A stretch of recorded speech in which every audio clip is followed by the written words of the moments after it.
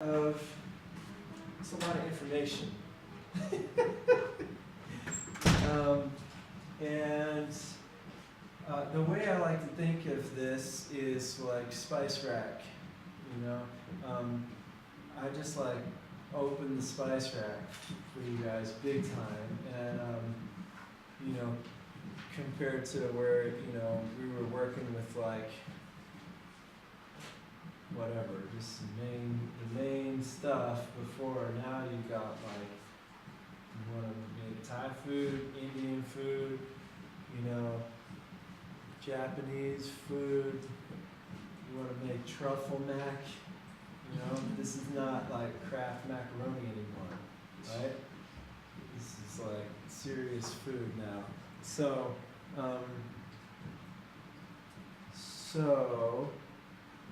that said,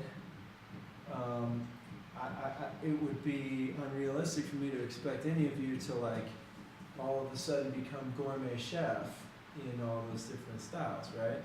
So you got to take these spices and kind of try them on a dish, right? And then see which ones you really like, and start with one that's like your favorite, and just try to really master that, incorporate that, so that then you've got, boom, you got like this nice little shape right here that you can go like bling, bling, bling. I know where this is in E flat, I know where it is in F sharp, I know where it is in D, I know where it is in B and C, right? That's like one of my favorite chords. Boom, I got it. Right? And then you expand your palette, right? After you get control over that thing, learn how to make your truffle mac, and then if you're ready for it and you're ambitious for it, learn how to make sushi, you know? And then if you're ambitious for it, etc., keep going, right? Okay, so just, I want to guard against overwhelm and information overload, right? And also I want to guide you to practice this stuff in a depth. I'm giving you depth. I'm giving you breadth. I'm giving you a lot of information. What I want you to do is take something and go deeper with it, right?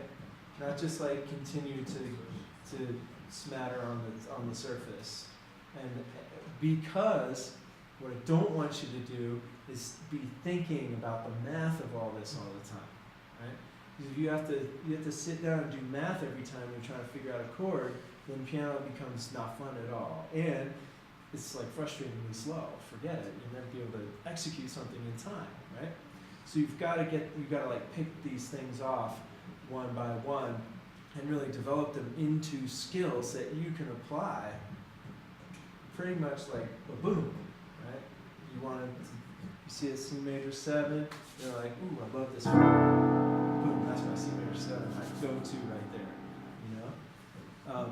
Rather than like, well, let me see, I have the option of this, that, and the other, and then my C major triad, and then I have to do the 7 is a half step below, and then where's the 13? It's like, oh yeah, 1, 2, 3, 4, 5, 6, 7, 8, 9, 10, 11, 12, 13, right? Forget it, man, it's excruciating. Can't go through that process when you're actually trying to make the music, you know?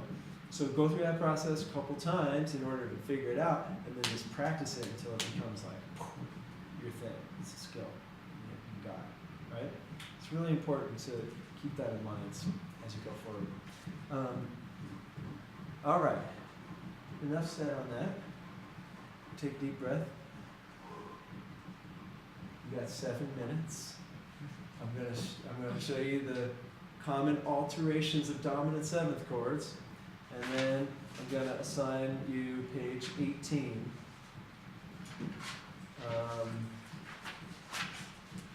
to apply. Okay? So, common alterations of dominant 7th chords.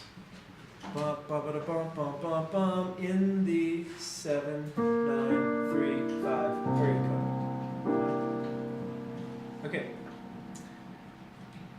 We already flatted the 5th, sharp the 5th, and did a 13. So you got flat 5, natural 5, sharp 5, 13, right? That's like paprika, cumin, salt, pepper, whatever, oregano, right? Dill weed. All right, you got a lot of choices already. Now you got alterations to the 9 as well. So you can do flat 9, and you can do sharp 9. So now you've got flat 9, natural 9, sharp 9, flat 5, natural 5, sharp 5, and 13. Look at that. And then multiply those by whatever you need to multiply it to figure out how many permutations there are. And it's a lot. It's a lot of permutations. So, again, these are like spice choices here, flavor combinations. And you got to figure out what's like your, you know, grapefruit after toothpaste that you would never want to play, and what's your like, what, you know, red wine with filet mignon that you want to pair every single time you do that, right? Okay, so flat 7, flat 9, 3 and 5. First I was afraid, I was petrified. I don't know the words, help me out.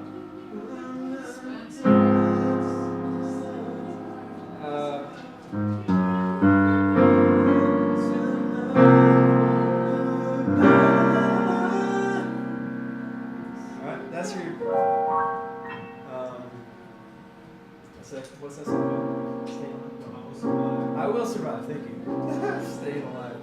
That's your Staying Alive. Oh, I Will Survive chord. Alright, now check this one out. Flat 9 with the 13.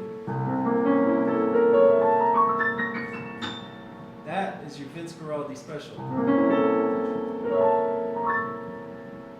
Christmas tree, oh, Christmas tree.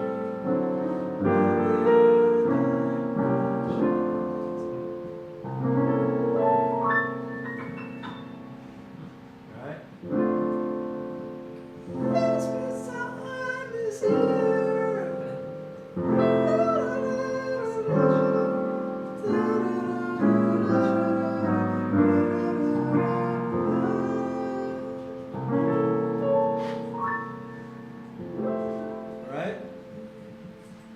Pretty?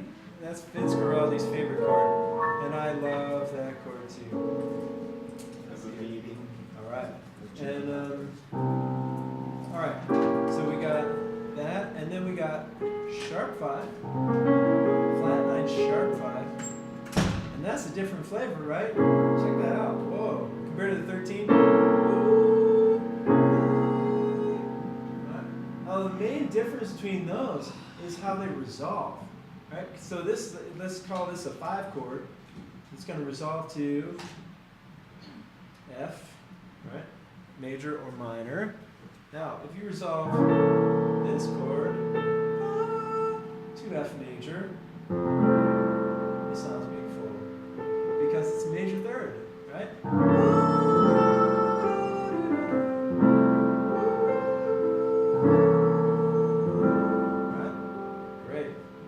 Resolve this chord. Ooh,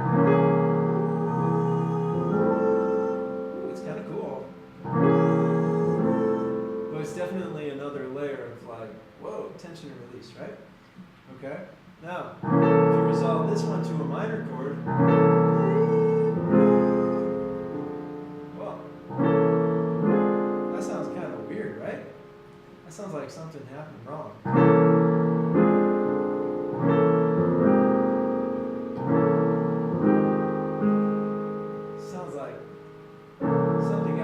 Up in the batter, right? Somebody substituted salt for baking soda, or salt for sugar. Now, that's not to say that salt for sugar couldn't be cool.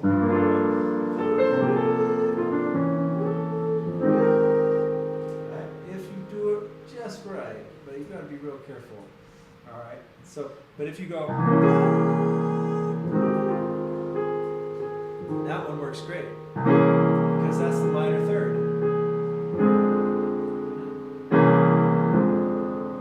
Alright? So, these are just flavor combinations, right? food, etc. And then here's the last one, sharp 9 with the sharp 5.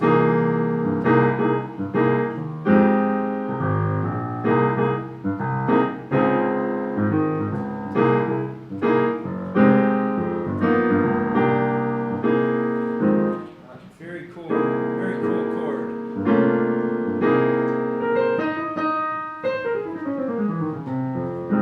Resolves beautifully to F minor. Alright, that's like your straight up, nice R&B, soul, jazz kind of voicing right there. Altered dominant.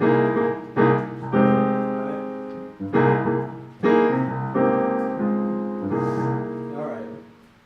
So, of those flavors, you choose. Which one do you like the best? Right? Start with that one. Go to the next page. And on the assignment, number 1, you've got 4 different chord progressions. 5 to 1 chord progressions. C7 to F minor, G7 to C major, A7 to D minor, B flat 7 to E flat major. And then you also have then assignment 2, E7 to A minor. And what I want you to do is choose an altered 7th chord voicing and resolve it to the chord. So for instance, we're going to use this one. Sharp 9, sharp 5. Resolve it to F minor. And now at the beginning of the lesson I told you that we would find a good use for the 3, 5, 7, 9. Here it is. Okay? So you resolve your 7, 9, 3, 5 chord to the 3, 5, 7, 9, 1 chord. Alright? That's just way easier for the hands. I would recommend it. However, don't feel bound to that. If you want to go up to F minor like that, or down here, that's cool. It's just a big jump. It doesn't lead, doesn't do it like it's nice voice leading. Because it's the same shape, so then you're going to have to jump up a 4th or down a 5th. If you go to 3, 5, 7, 9, it works real nice. G7 altered. Let's say you chose flat, the Vince Guaraldi voicing, flat 9, 13. Flat 9, 13. And 3, 5, 7, 9 for a C major. A7, let's go flat 9, sharp 5 to D minor 7 and 9.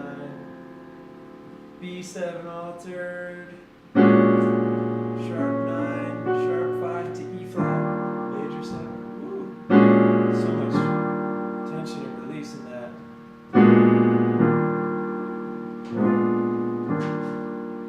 Okay? And you choose. And then on E7 altered, again, choose a voicing to A minor 7. That one I want you to actually write out the notes. So you just see it on the paper, produce it on the paper. Okay? That's your homework. That was your lesson on 7th chords with the added 9, and we'll go on from there.